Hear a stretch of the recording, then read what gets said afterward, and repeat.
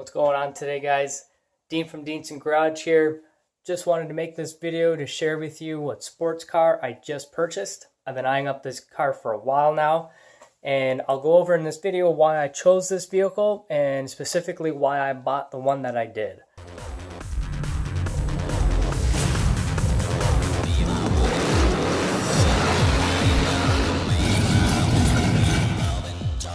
I've been doing a lot of research on this particular vehicle, and I've been keeping my eye out in the classifieds and on eBay for a good example to purchase. Now, this definitely isn't the best example of the car I could have bought, but it definitely is the most interesting that was available when I was looking.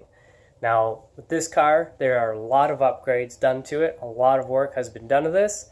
I do have to reverse some of the work that has been done. Unfortunately, some stuff has been done that is just not to my taste at all.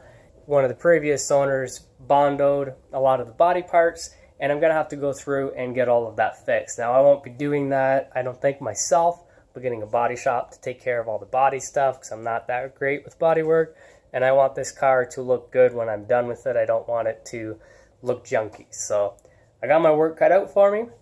Anyways, I want you guys to check it out. Here it is.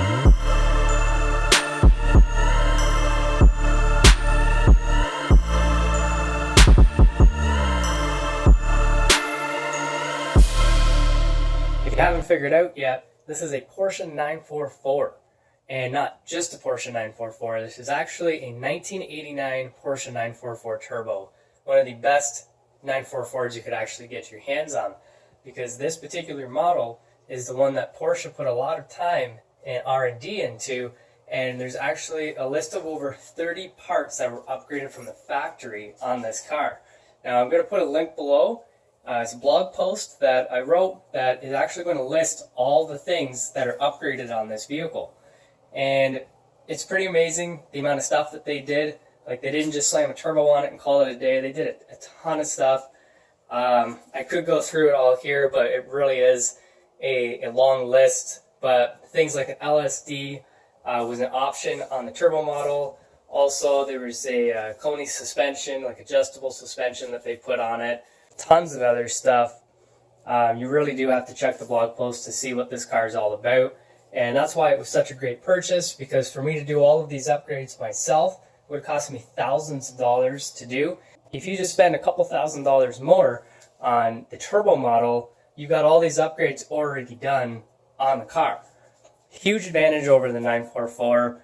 Yes, turbos are a little bit more maintenance, but the fun factor that you get from the additional power and all the other upgrades far outweighs the additional maintenance that may be required with a turbo car.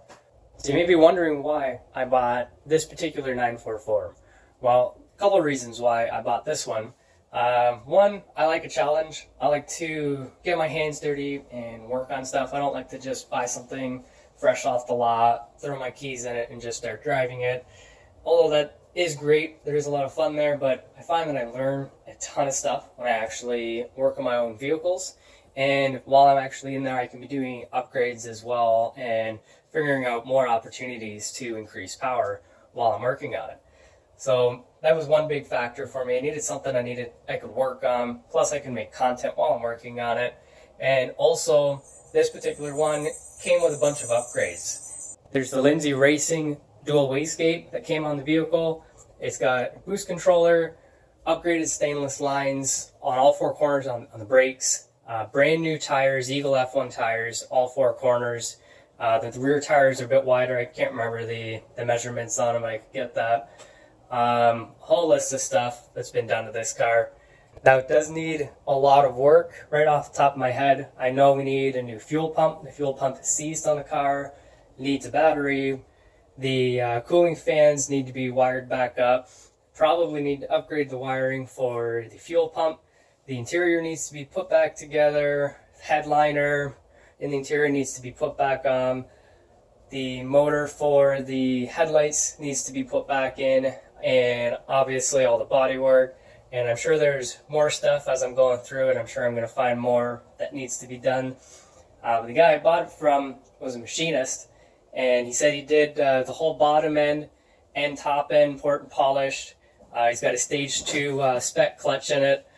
Bunch of other stuff that's been done. The whole exhaust has been reworked. The exhaust has been upgraded to a 4-inch exhaust, and that's right from Lindsay Racing as well. And Lindsay Racing actually has dyno charts on their website that shows the performance increase that you get with the dual wastegate and the 4-inch exhaust. So the numbers are pretty impressive. The guy I bought it from said this car should be pushing over 300 horse.